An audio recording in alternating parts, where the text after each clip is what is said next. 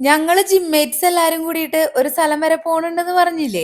അത് ഇന്നാണ് കേട്ടാ. എല്ലാരും കൂടി ആദ്യം സാരി ഉടുക്കാന്നൊക്കെ തീരുമാനിച്ചിരുന്നേ. പിന്നെ പലരും മാറ്റി ചുരിദാറാക്കിയിട്ടാ. അപ്പൊ ഞാൻ എന്തായാലും സാരിയാണ്. ഇങ്ങനെയൊക്കെ ഓരോ ചാൻസ് കിട്ടുമ്പോഴല്ലേ നമുക്ക് സാരി ഒക്കെ ഉടുത്ത് ഒരുങ്ങി പോകാൻ പറ്റുള്ളൂ. എന്നെയും കാത്തതാ അശ്വതി നിക്കുന്നുണ്ട് കേട്ടാ. ഇനി ഞങ്ങൾ രണ്ടുപേരും കൂടി റെയിൽവേ സ്റ്റേഷനിലേക്ക് പോവാണ്. അവിടെ അതാ നീതു ഓൾറെഡി എത്തിയിട്ടുണ്ടായിരുന്നു. ബാബു ചേട്ടൻ എന്താ ദൈവകുട്ടീനെയും കൊണ്ടാക്കിയിട്ടുണ്ട്. ഇനി ഒരാളും കൂടിയേ വരാനുള്ളൂ. അവളും കൂടി വന്നു കഴിഞ്ഞാൽ നമുക്ക് പോവാം. അങ്ങനെ നമ്മുടെ ദർശനക്കുട്ടിയും വന്നിട്ടുണ്ട്. അപ്പൊ നമുക്ക് പോവാം. എങ്ങോട്ടാന്ന് മനസ്സിലായിട്ടുണ്ടാവല്ലോ. അതെ, ഗുരുവായൂരപ്പനെ കാണാനായിട്ട് ഗുരുവായൂർക്കാണ് കേട്ടോ നമ്മള് പോണേ. കല്യാണത്തിന് മുമ്പ് എല്ലാ മാസവും ഗുരുവായൂർ ട്രെയിനിൽ പോയിരുന്ന ആൾക്കാരാ ഞങ്ങള്. കല്യാണം കഴിഞ്ഞപ്പോ ഞാൻ വിചാരിച്ചേ നെല്ലായി റെയിൽവേ സ്റ്റേഷൻ തൊട്ടടുത്താണല്ലോ, ഇനി ഗുരുവായൂർക്ക് പോകുമ്പോ ട്രെയിനിൽ പോവാന്ന്. എവിടെ, പ്രശാന്തന്റെ കൂടെ പോകുമ്പോ എപ്പോഴും കാറിലാ പോവുള്ളൂ. ഈ ട്രെയിനിൽ പോണ ആ യാത്രയുടെ സുഖമൊക്കെ കാറിൽ പോയാൽ കിട്ടോ? സത്യം പറഞ്ഞാൽ ഞങ്ങള് കേറിയപ്പോ സീറ്റ് ഒന്നും കിട്ടിയില്ലെങ്കിലും കുറച്ചങ്ങോട്ട് കഴിഞ്ഞപ്പോ വട്ടിട്ട് വർത്താനം പറയാൻ പാകത്തിന് സീറ്റ് കിട്ടിയിട്ടോ ഞങ്ങൾക്ക്. ഞങ്ങൾ അഞ്ചാളുള്ളോണ്ട് തന്നെ ഞങ്ങൾ ഓട്ടോയൊന്നും വിളിക്കാണ്ട് അങ്ങോട്ട് വർത്താനം പറഞ്ഞങ്ങോട്ട് നടക്കാൻ തീരുമാനിച്ചുട്ടാ.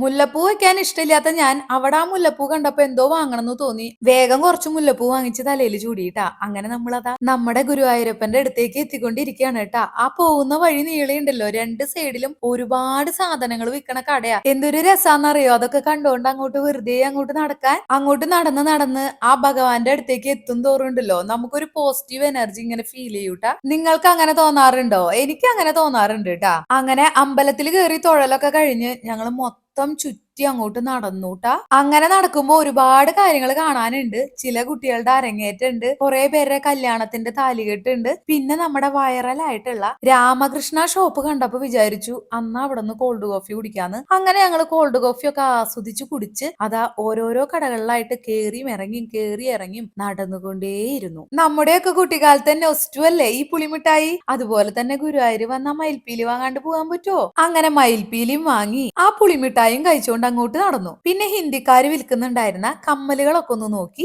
പിന്നെ ഞങ്ങൾ ഈ ഒരു കടയിലാ കയറിയിട്ട്. അപ്പൊ ഞങ്ങളുടെ കൂടെയുള്ള ഞങ്ങളുടെ സ്വന്തം കൃഷ്ണനായിട്ടുള്ള അശ്വതിയാണ് കേട്ടോ അതേ ഓടക്കുഴൽ വായിച്ചുകൊണ്ടിരിക്കണേ. അവിടെ വെച്ച് ഞങ്ങൾ കുറെ ഫോട്ടോസ് ഒക്കെ എടുത്തു കേട്ടാ. അതിനുശേഷം ഞങ്ങൾ പിന്നെ പോയത് എങ്ങോട്ടാണെന്നറിയോ? ഒരുപാട് വീഡിയോസിലൊക്കെ കണ്ടിട്ടുള്ള നമ്മുടെ പ്രിയങ്കാസ് ഫാൻസി സ്റ്റോറിലേക്കാണ് കേട്ടാ. സത്യം പറഞ്ഞ ദർശനയ്ക്ക് കുപ്പിയോളം വാങ്ങാൻ കയറിയതാ. ഞങ്ങൾ എല്ലാവരും ഓരോ പുതിയതായിട്ടാ ഇറങ്ങിയത്. പിന്നെ ഞങ്ങള് പൂരി മസാലയും നെയ് റോസ്റ്റും മസാല ദോശയും ഒക്കെ അങ്ങോട്ട് ഓർഡർ ചെയ്ത് അങ്ങോട്ട് തട്ടിയിട്ടാ. കൂടെ ഒരു കരിമ്പിൻ ജ്യൂസും. അങ്ങനെ അതാ ദർശന തിരിച്ചു പോരാനുള്ള ടിക്കറ്റ് എടുക്കാണ്. ഞങ്ങൾ ഇവിടെ വെയിറ്റിംഗ് ആണ് കേട്ടാ. നമ്മൾ എന്തോരം നടന്നാലും എന്തോരം സംസാരിച്ചാലും വെയ്യാണ്ടാവാത്ത ചില നിമിഷങ്ങളാണ് കേട്ടാ ഇതുപോലത്തെ യാത്രകള്. ഈ യാത്ര ഒരു തുടക്കം മാത്രം ആവട്ടെ. ഇനിയും ഇതുപോലെ യാത്രകൾ നമുക്ക് പോണെന്ന് പറഞ്ഞ് ആ യാത്ര ഞങ്ങൾ അവസാനിപ്പിച്ചു കേട്ടാ.